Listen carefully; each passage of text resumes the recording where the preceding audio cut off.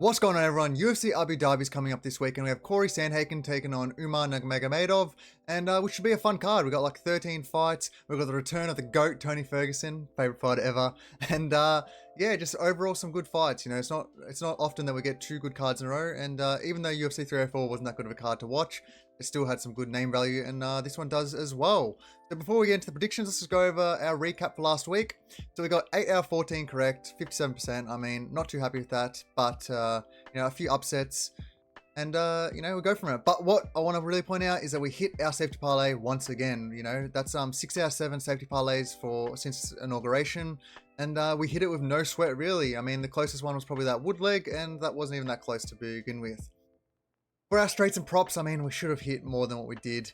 That Wood KO and sub, Jesus Christ, I don't know how Wood did not KO him there, but yeah, we move on from it. That was a really hard beat. Patterson sub, easy money, easy like. The Green, I mean, did anyone ever think Bobby Green would shoot a takedown on Paddy Pimblett? I didn't think so, and I don't think you should really have a go at me for that one, because I don't know, that seemed like it was a fixed fight if I've ever seen one. I've never seen Bobby shoot a takedown ever before, and he shot it on the person who has the best submission grappling out of all his opponents, so really weird there.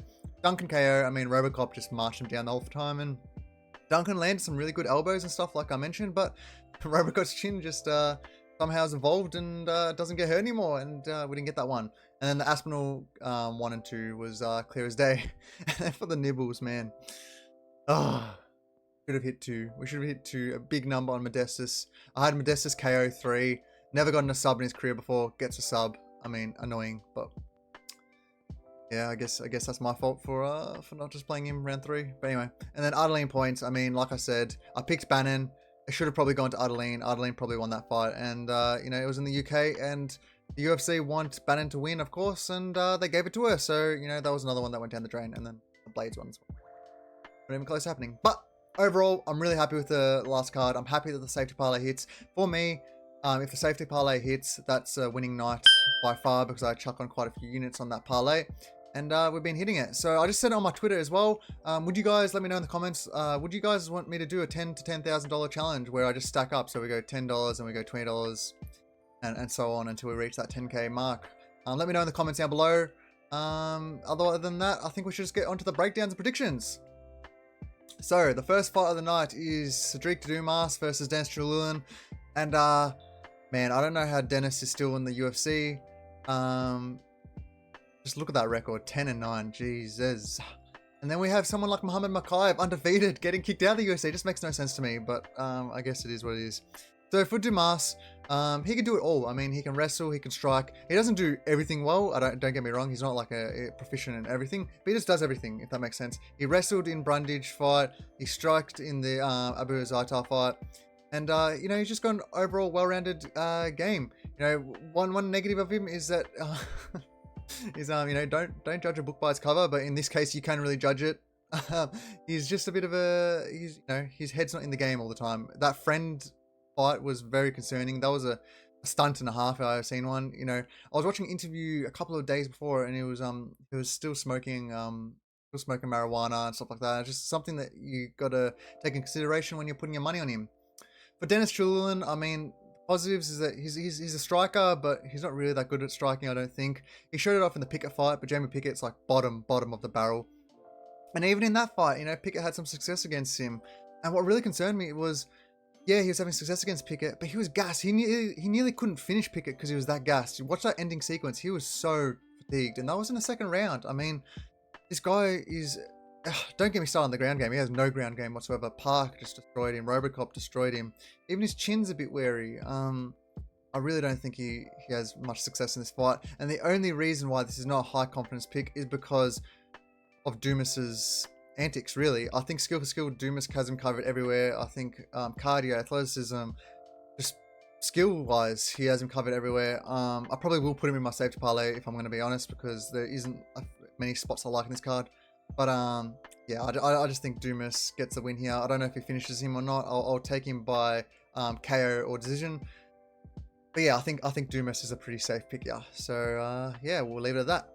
Next up for UFC Abu Dhabi, we have Jai Herbert taking on Rolando Bedoya. And this fight's at 155, which will play heavily into my breakdown. I remember everyone was on Bedoya against Song Kanan. Everyone was piling him. Everyone was like, this guy's the next future. And then he loses a leg kick battle to Song, and it was really hard to watch. But anyway, we'll start off with Bedoya, okay? So like I said, this fight's at 155, and he normally fought at 170, and I'm really happy this is at 155 for him because he was heavily undersized, and it wasn't because he had a lot of muscle, if you know what I mean. Like, it was a bit a bit fluffy. You can catch what I'm saying. And he is a good striker, you know. He's got some leg kicks. He throws in combinations, so he'll always throw like a 1-2 or a jab and a hook, and then he'll end it with a leg kick. And I love that because it puts out volume for him. He's a high volume fighter. Now against Kanan, it was something that I hated from him. He would throw that leg kick, but Kanan would always counter him on that leg kick, and it was just something that he didn't pick up that entire fight. I don't know if it was because Kanan had a lot of power at that weight class or whatnot, but it was just something that he just didn't notice or didn't improvise on, which was a bit concerning. But he is a high volume striker, and he does, he can take a punch as well. He took all those punches at 170. He took it from Chaos Williams as well on short notice, I remember. So I think he is a durable fighter in that sense. Now for Jai Herbert, I think he's definitely the more technical striker of the two. He likes to throw as well. It's really strange. He likes to throw that 1-2 in the leg kick. Both of them throw the same combination, and I guess it might be something to play into this fight. But what I've seen from him lately, especially in his, he's 36 years old, so he's getting on with his career, he's become a lot more of a clinch fighter. So he'll throw strikes, but then he'll just try and tie you up against the clinch. And I just don't know if that's going to work in this fight because Bedoya is coming down from that higher weight class, and I feel like he's going to be able to have the strength advantage here because he's been dealing with those heavier fighters for his entire career. Also, for Herbert, he has had 3 out of his 5 losses from KOs. Remember that Trinaldo fight where he got KO'd at the very end of the fight after kind of winning that fight dominantly. And I remember it was a very late stoppage, and he also got that sick KO by Topuria. But yeah, his chin is a little bit of a concern. He also got lit up on the calf by Fares Ziam, and that's a bit of concern as well, because like I said, Bedoya likes to throw that that ending leg kick at the end of his combinations, so we might see that play out here. I am going to pick Bedoya here, and I'm going to pick him for 2 reasons. Like I said, he's coming down from 170. I think he's going to have the power advantage. He's going to be able to take the shots better, I think. And it's not because he's completely draining himself coming down. That's never a good sign, seeing a fighter completely drain themselves like Dan Hooker when he went down to 145. That's not the case here. He is going to be naturally a 155er, and you're going to definitely see it in the fight. I also think he's just going to be the higher volume fighter. I think, like I said, Herbert has gone to the clinch game, and I just don't like that for him. I think on the feet, Bedoya is going to be landing their more impactful shots, and judges don't really rate the clinch anymore. They really don't, and especially in men's MMA. I know in women's MMA it's tend to be factored a lot more in the judging criteria, but I think in men's they really look for those impactful shots, and I think Bedoya is going to be landing them. He's going to be taking the shots better, and I actually think Bedoya might catch the KO here for Herbert. So yeah, I do like Bedoya here. It's not a high confidence pick. I am going to lean towards a more medium confidence. But more impact, higher volume, and less clinching. So give me Bedoya, give me him by KO or decision. I will factor in. That's it. Next up, we have the undefeated Victoria Dudakova taking on the tough Sam Hughes. And we were speaking about Denis Tiuliulin, and then we've got Sam Hughes here, 8-6, still in the UFC. I really can't get over this Mackaev departure. It's kind of shocking, and it's kind of evil from the UFC to do so on a fighter that's Anyway, this is not the topic for it. Maybe I'll do a separate video.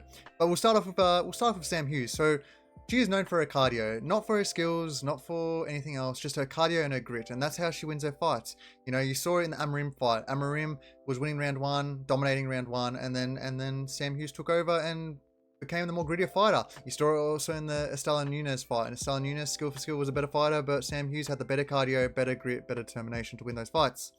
She has alright striking. She stayed somewhat competitive. Yasmin Yarohegi, not that competitive, but she still was able to go tit for tat for her on the feet, if you get what I'm saying. And yeah, that's really about it for her game plan.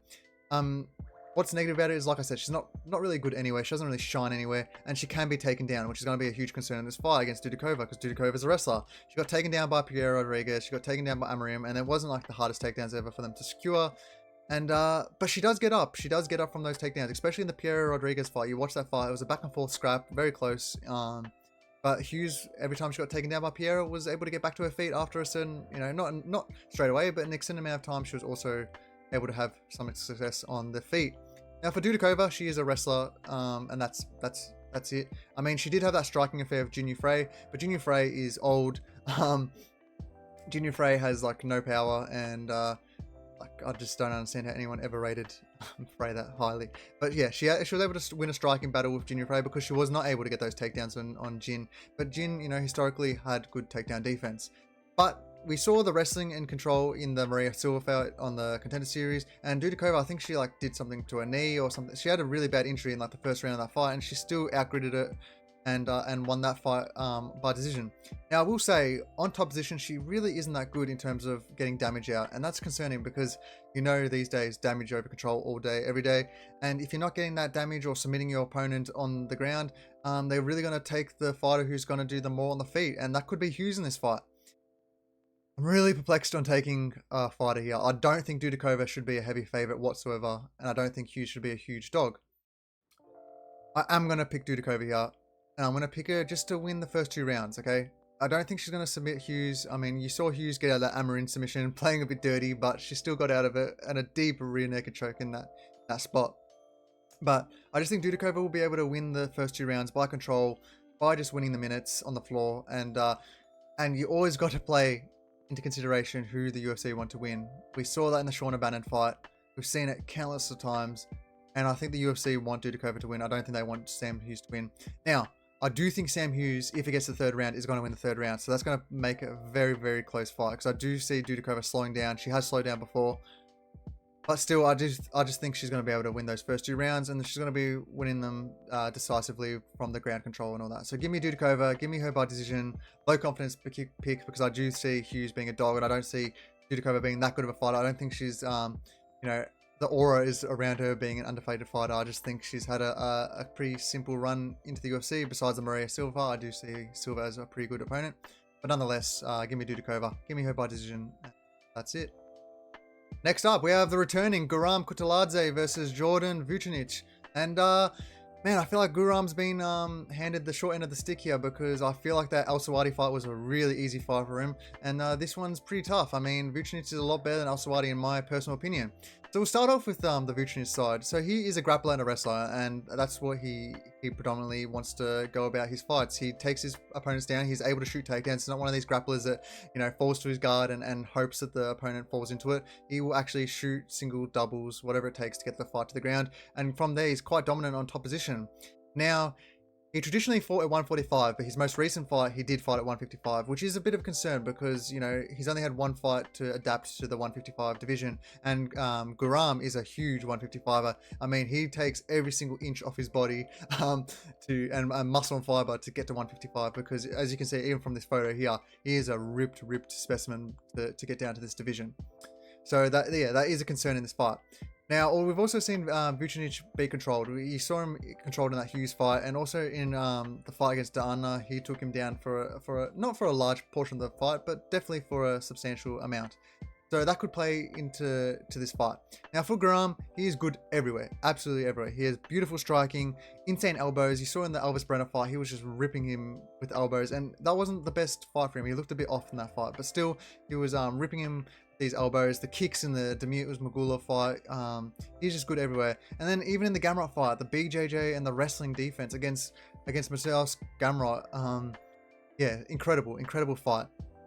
However, he does get a bit tired, and you see that in his fights, especially in the Elvis Brenner fight. I think that's partially why Brenner got that KO in the 3rd round.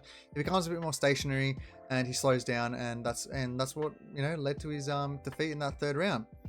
Now, I think this comes down to 2 or 3 factors. So the first factor is Vucenic being naturally a 145er coming up to 155 against a huge Guram. I think that plays into Guram's favor all day. Secondly, this is short notice, obviously, for Vucenic. Never something in favor. And then thirdly, I think Guram will be able to stop all the takedowns from Vucenic if he's able to stop takedowns from Gamrot. Gamrot is also a big 155er, and Guram was able to stop plentiful of takedowns from him. Even from Ismagulov, he was able to stop takedowns. I think they have much better faster entries than Vucenic, and I think if Guram's able to stop those takedowns, he's going to be able to stop these ones from Vucenic. And then on the feet, although Vucenic is actually quite adept on the feet and can strike, I think Guram's definitely going to have the strike advantage. He's going to be able to throw those whipping body kicks, those elbows in close, and just win a comfortable decision here. So it is going to be a medium confidence for Guram, because I do see Vucenic being a capable fighter, and I think he's going to have success in the UFC. But I just think too many things are going against him here, and I just do like Guram in this fight. So yeah, give me Guram by decision, and that's about it. Another fantastic heavyweight fight. I love heavyweight fights. I love it. Look at these specimens of humans. Oh, can't wait. We have Shamil Gaziev taking on Dante Almaze, and wow, where do I begin? All right. As you can tell, I'm really not interested in this fight. I'm really not wanting to make a prediction, because heavyweight's just heavyweight. You know, you got the top tier, like you got Tom Aspinall, and then you got all these other fighters. And yeah, okay. So we'll begin with Dante. I mean, I think Dante really has all the skills and attributes to win this fight. I think he's shown, you know, good takedown defense in that Nascimento fight, the rematch. You know, good striking in the Machado fight. He's got all the skills to win this fight, but I think Gaziev is still going to win this fight, simply due to him being more aggressive. That's what's going to come down to. I think Gaziev is a gas bag. I picked Rosenstrike to win that fight because it was 5 rounds, and we've never seen Gaziev, you know, be an extended fight. And when he does get extended over, what I mean by extended is like going over the 1.5 round mark, he slows down tremendously. But I still think he's going to win the first 2 rounds. I think he can secure the takedowns. I think he's going to put the pressure on him. Similar to that Martin Bedoya fight, I think he's just going to go from the bell. I think he has a higher career trajectory, and yeah, I'm just going to really leave this breakdown short. You know, it's a heavyweight fight. Don't bet on it. Don't even watch it.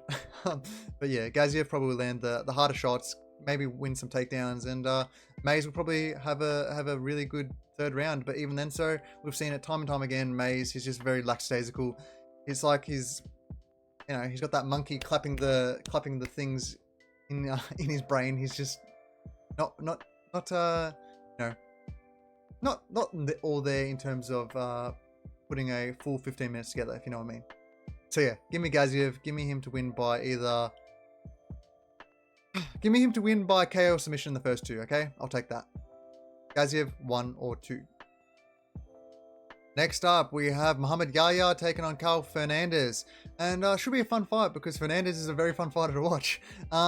He is dangerous everywhere. I mean, you saw in the Diakaze fight, he's got some good BJJ. That head kick knockout over Felipe Douglas on the LFA was insane. Yeah, he's just a very fun fighter, and he's quite adept everywhere. Now, for him, there's a big concern, and that's his gas tank. I really think it's something that you got to watch out for. In the Diakaze fight, he slowed down, but that was a very wrestle heavy, you know, fight. Also in the Sardinia fight, I think that's one that you got to really note. The Sardinia fight, he was winning it easily, like the first like couple rounds or whatever. And then halfway through the fight, he just slowed down and he just let Sardinia come into the fight, and he took over, and he ended up losing that fight because of that. He also can be stuck in his back, and he tries to play the BJJ off his back, which is a concern. And also his striking defense is the best. So yeah, he does have a lot of good things going for him, but he also has a lot of bad things going for him. So he's a bit of a volatile fighter to place a bet on or to predict. Now for Yahya, I don't think he's good anywhere. He's just okay everywhere. And he really relies on his fighters slowing down and him taking over, and that's how he wins his fights. He won't win the first round or 2 because the fighters he's fighting are just better than him. You saw that in the Tahiri fight. He loses those first couple rounds because he's just worse than his opponents. That's what it is. Skill for skill is worse. But as his opponents slow down and as he gets his rhythm going and all that, he begins to take over the fight. I mean, in that peak fight, he never gave up on himself, and he never showed that he was going to succumb in that fight. He just, you know, peak is peak. He just like outgritted him, outwore him, and won that fight by kind of just winning a dominant decision by being the better fighter and the one who wanted to win that more. Now, I am going to pick Fernandes here.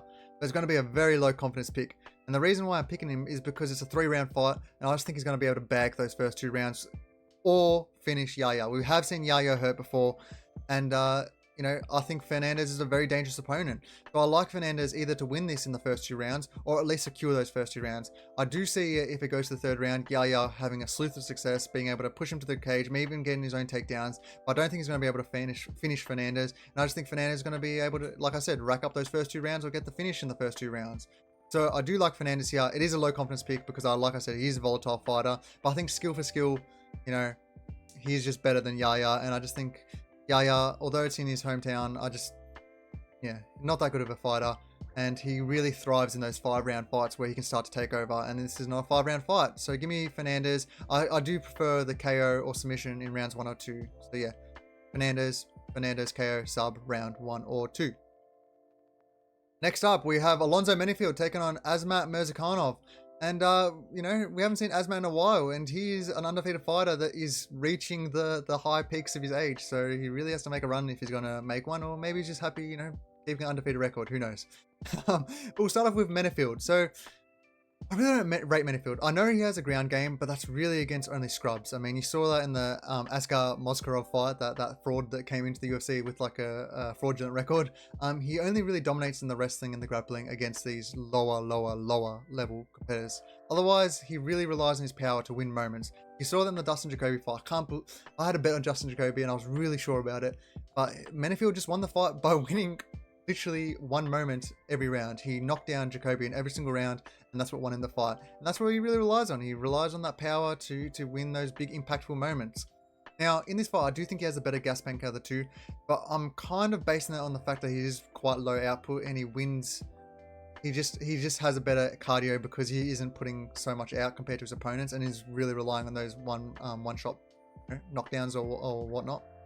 But for him, he has good power, but he also has a bad chin. So, Jacoby hurt him quite a few times in that fight, actually, but it's just less significant than what he hurt Jacoby.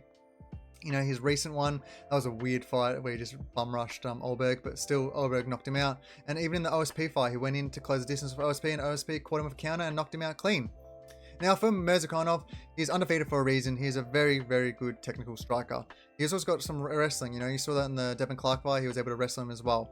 He's got 9 KOs to his victory. And like I said, he's all about the striking, really. Like I said, he's got wrestling, but more so the striking.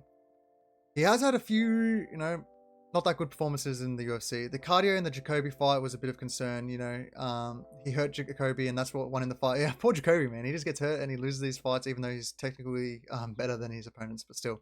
And then what you really got to raise, I think it was his UFC debut, but the Typhon Nchukwi fight, he was kind of losing that fight up until the 3rd round where he got that flying knee KO. But still, he was able to get that KO and keep his undefeated record. Now, I think skill for skill, strike for strike, tat for tat, Murzakanov has Menifield covered everywhere. He hasn't really shown any chin concerns, so I shouldn't be worried about that. I just think the cardio is a little bit of a concern, especially in that 3rd round. I just think he's going to be able to hurt Menifield. He's going to be the faster striker, the more technical striker, and I actually think he KOs Menifield.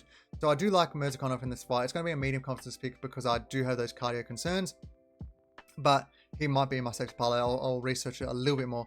But I do like him here in this fight. I just think, like I said, Menifield has his own chin concerns. He's undefeated for a reason. He knows how to get, snatch back victory from the claws of defeat in that Nchukwi fight.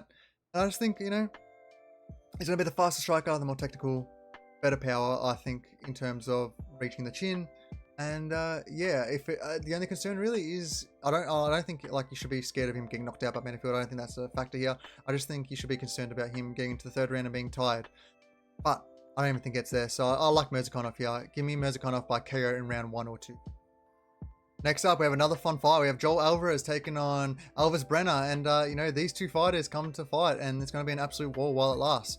So, as you can see from the statistics there, Joel Alvarez is absolutely huge for the weight class. 6'3" should be illegal at this weight, but he makes it, and, he uses it to his advantage. He has this beautiful long-range striking, and, you look at his record, he's got like 17 out of his 20 victories by sub, but he has striking as well.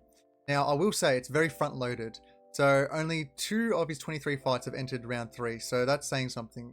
He either gets finished or he finishes his opponents. And he's dangerous everywhere. Like I said, he's got the striking, but also he's got 17 out of his 20 victories by submission. So he's a very, very, very good grappler. Now, saying that, he has not, I don't believe, shot any takedowns in the UFC to get to the floor. He either relies on his opponents taking him down or, something in a scramble, but like in the DKZ fight. He can also be out-wrestled. You saw in the DKZ fight, he did get out-wrestled by Mark, and that is saying something. Now, I don't think that's going to play a factor in here, because I don't think Brenner's going to actively grapple him, but it is saying something. Also, Sedrique was able to do that, but Sedrique grapples everyone, and even Charles Oliveira, so yeah. I am a bit concerned, but I am concerned for two factors. First of all, like I said, he doesn't wrestle in the UFC. So his best trait being his grappling is not going to be really used unless it gets to the floor somehow by like a knockdown or Brenner initiating it. Secondly, he is very front loaded. So like I said, he's only entered the third round two times, I believe. So if it gets to the third round and Brenner is a huge dog, there's going to be concerns for you if you're on the Alvarez side. Now for Brenner, like I said, he's an absolute dog. He went short notice against Zabara Tugogov and won that decision, even though it was a bit questionable. The oral by fight. He got knocked down several times, wrestled, grappled, but in the third round he was still trying to win the fight, still trying to hurt Oral by, and he showed that he has got grit and determination, even if skill for skill he's not the better fighter. He does have good striking. He hurt and KO'd Guram in that third round. And he's just, the only thing I can really say is he does get hurt. The Oral by fight, he got hurt. Guram hurt him in like the first or second round with the elbows. So he is susceptible to taking damage. I'm going to pick Brenner here. And I'm going to pick him for the reasons I've mentioned. I think Alvarez, if he can't find the finish on Brenner, which is hard to do, Oral by hurt him several times. Like I said, Guram hurt him. It's hard. If he can't find that finish, I think Brenner's going to be there all 3 rounds, and he's definitely going to be the fighter that's going to be pushing the pace in the third round. I've also seen Alvarez tire. Even in that DKZ fight, he was tiring. I just think Brenner is going to be there, and if he can't get Brenner out of there, he's going to probably win this fight by a third round finish. I think Brenner has all the upside in terms of the longevity of the fight. And I think skill for skill, he's skill for skill just as good as Alvarez. Maybe not as good on the ground, but I think striking wise, he can throw his own counters and whatnot.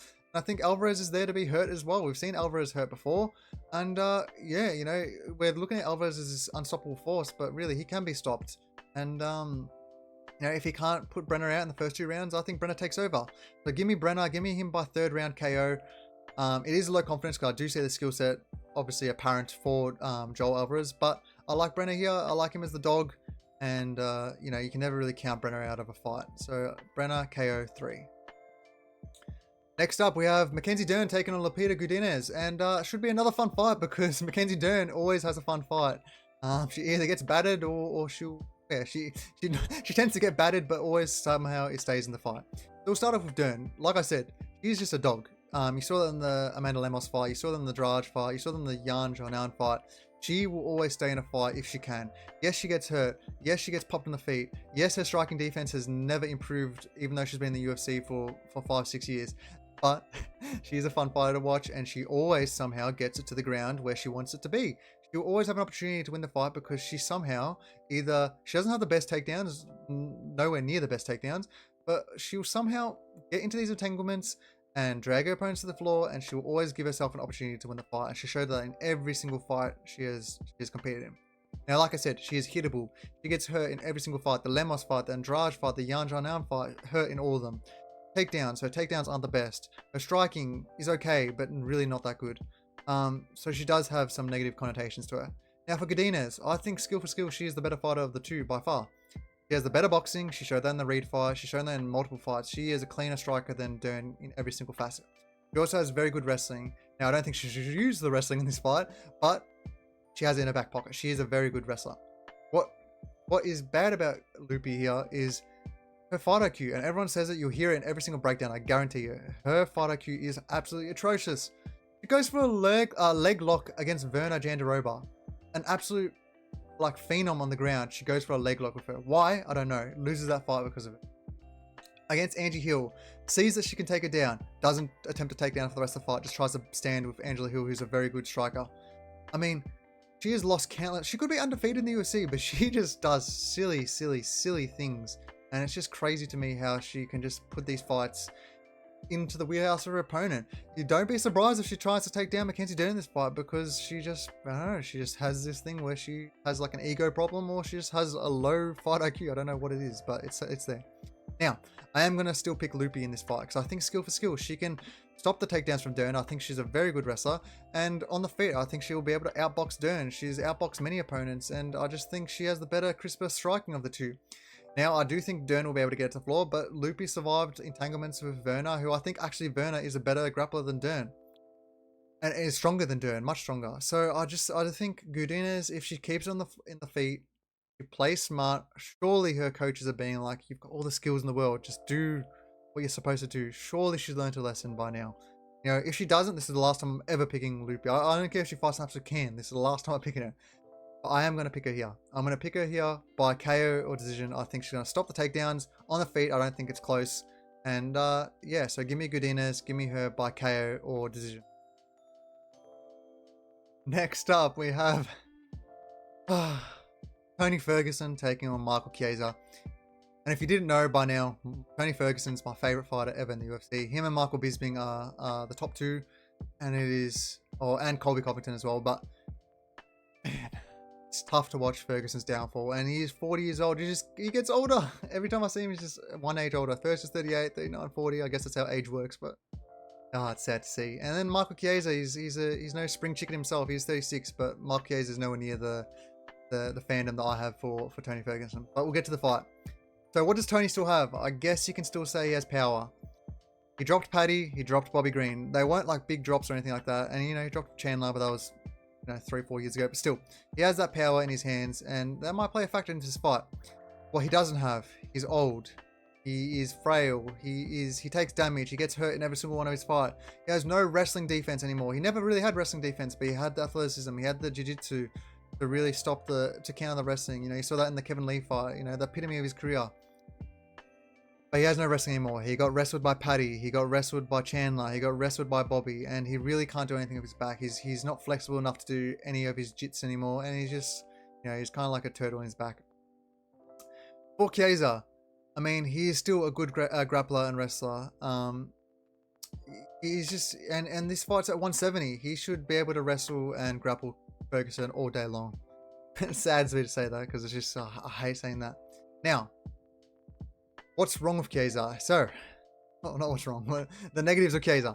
He's coming off like a spine or neck surgery off a 2-year layoff. And you really saw in that Kevin Holland fight, he cannot take shots. He was like covering up. And I know Kevin Holland's a very good striker. But the way he came out in that fight was horrible. It was a horrible look. And if it was anyone but Ferguson, I would pick them. But Ferguson, I just don't think he's going to be able to do that to Chiesa. I don't think he's going to be able to scare him with the strikes or anything like that. Now, Chiesa's huge weakness is that he gets subbed by the Bravo or the Darce choke. Whatever way you want to technically say it, it is the Darce or the Bravo choke. And what is Ferguson's traditionally, not recent, but traditionally best choke? It is the Darce choke. He is known to be a specialist in that. Can I see Chiesa shooting a takedown on Ferguson and Ferguson locking that up that choke? Yes. In my fairy tale world, I can see that. But on a technicality, in a fairness to my audience, I have to give you the realistic view that Chiesa wins this by a submission or decision, just by being the bigger man, by out-grappling Tony, and just winning that way. I hope Ferguson just catches him with a Darce choke, but it can happen. It can happen, but if I'm going to give you a clear pick, it's going to be Chiesa. It's going to be him by grappling or just by grappling and wrestling. That's it. He's just going to probably lay on Tony. So yeah, I'm going to leave it at that. It saddens me to say this, but give me Chiesa. Give me him by decision or submission. I can't wrong you guys. I can't tell you that Ferguson's going to win this because he probably won't. So yeah, sad. But I hope Ferguson wins this. Chiesa, decision or submission. Next up, we have Chito Vera taking on Davison Figueiredo, which should be another great fight, another banger to the card. And I will start off with the Figueiredo side. So he is just good everywhere. He's got beautiful striking, beautiful wrestling, beautiful grappling. We'll start with the striking. So you saw that in the Moreno fight, that trilogy that they had. It was an exceptional amount of bouts that they had, and he has power in his hand. He dropped Moreno numerous times, and he has, he was able to last 5 rounds and have power in all those 5 rounds. He also showed in upper weight class his power translate. Against Font, he was able to hurt him a few times. And I know Font has a pretty bad chin, but still his power translated well to be able to, have power to hurt Font. He also has underrated grappling and wrestling. You saw that in the Font fight as well. He was able to wrestle and grapple Font, even though Font does get out-wrestled and out-grappled by quite a few people. But also in the Cody Garbrandt fight. And Garbrandt's a good wrestler himself, and he was able to take down Garbrandt and basically tap him out in the second round by being the better overall grappler and wrestler. Now, I want to speak about that Garbrandt fight. Something was off in the striking, and I don't know if that was because Garbrandt's just a really good boxer or or whatnot, but Figueiredo looked a bit awkward on the feet there, and you could definitely tell he was getting hurt by the punches that Garbrandt was throwing at him, and that's why he had to go to the grappling. It just wasn't working out for him on the feet, and that's definitely a fight IQ thing that's positive for Figueiredo. He noticed that he was, struggling on the feet, and he went to the grappling and resorted to that. But it is important to note that upper weight class, I think he does get stung by the shots a bit more. You saw against Moreno, he got hurt a few times, and that was at 125. And, like I said, you saw it in the Garbrandt fight, he did struggle on the feet, and you could definitely see, he didn't get like dropped or anything like that. You could see that the strikes were hurting him. So that's something to note, because Vera does pack a lot of power. Now for Vera, he's a precision and power striker, and he does it to literally everyone. Cruz, Font, Edgar, even into the Sean O'Malley fight, he's getting dominated for 5 rounds. In the 5th round, in the last like 30 seconds, he throws something to Sean O'Malley's body and hurts him. And even O'Malley said if it lasted any longer, he probably would have gone finished, because that body shot absolutely, folded him. So he has a lot of power. He is low volume, but he makes it up by just hitting these impactful shots, like I mentioned. Now, something that's really concerning in this fight is he can be taken down and controlled. In Jose Aldo fight, that was a very close fight, but Jose Aldo was able to, which you never really see from Jose Aldo, was able to control Vera and take him down and control his back, and Vera had no answers for that. Even in the Cory Sandhagen fights, Cory Sandhagen was able to take him down and dominate him on the floor. That is a path for Figueiredo in this fight, and I definitely think that it's a volatile fight to predict, because you could see Figueiredo just going to the floor. It's a question if you can really take down these 135ers and keep them there. You saw him do that to Cody, but I think Vera's a little bit bigger than Cody, and could he do that to Vera? I definitely think so, and it's definitely a path of victory that you have to be aware of and concerned of if you're picking Vera. However, I think on the feet, I think Vera, although will have the lower volume, is probably going to be the better striker of the two. I think he's going to land the impactful shots, and I actually think he's going to be able to hurt Figueiredo with these shots. He's hurt everyone else, and why can't he hurt Figueiredo, who's got these chin concerns and who's coming up a weight class? I am going to pick Vera here. I think he had to be training this takedown defense. I like, it'd be silly not to. If he wants to really make a run for the title, he has to. And I know Figueiredo has that path for him. I just don't think he's going to be able to have success throughout the 3 rounds. And I don't think he's going to be able to submit Vera. So I like Vera to be able to elongate this fight as Figueiredo gets a bit frustrated, land these shots. And I do think he's actually going to KO Figueiredo in the 2nd or 3rd round. So I like Vera here to get that knockout in the later rounds. But I am fully aware that Figueiredo has a path here. So give me Vera, give me him by KO in rounds 2 or 3. It should be just a fun fight to watch. You don't need to make a bet on this one. But I like Vera here. Next up, we have Shara Bullet returning against Mikhail Ojacek, and I didn't expect Shara to return this fast, and I really didn't expect Mikhail to return this fast after getting his arm mangled by Kevin Holland. But nonetheless, we got this fight, and it's a pretty good co-main event. I really think Vera and Figueiredo should be co-main, but we'll take this fight all day, every day. So we'll start off with Shara. Now, I've been an advocate for saying this man is completely overrated, and I said it way before the Tricoli fight. He only has kicks. I really don't think he has much else. He has no ground game. It got completely exposed by Silva. And yeah, he won that fight by being more active on his back, but it literally showed he has no get-up game. He has no jiu-jitsu. It's just throwing elbows and strikes off his back, and that's it. And, even in the Tricoli fight, he was gassing out in the 2nd round, and it was only because Tricoli is absolute garbage that he won that fight and got that KO in the 3rd round, because Tricoli doesn't know how to strike and didn't know how to get him to the ground. But I really just think Nurmagomedov is completely overrated. He does have good kicks, but, and that's something that he has. Now for Mikhail is just a come forward, aggressive boxer, and you saw that in the Kevin Holland fight. He even hurt Holland as well in that first opening sequence, but then got taken down and submitted. But that's not going to play a factor in this, because Nurmagomedov, like I said, has way worse ground game than Mikhail.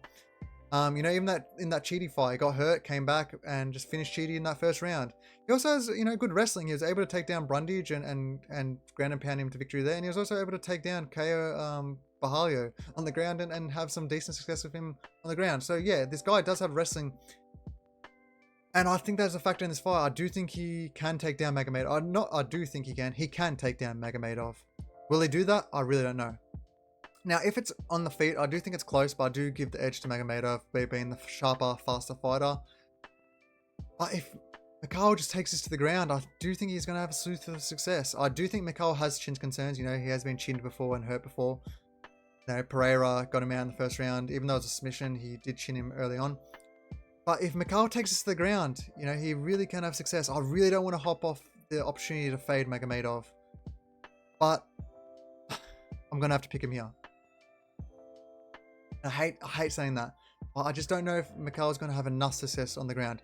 And where is this fight? It's in Abu Dhabi. Obviously, Magomedov is going to be the hometown guy, and Mikhail is going on foreign soil. So, you know, it's just, I really want to fade Shara. Look, there is going to be a time, but I just don't think it's this time, okay?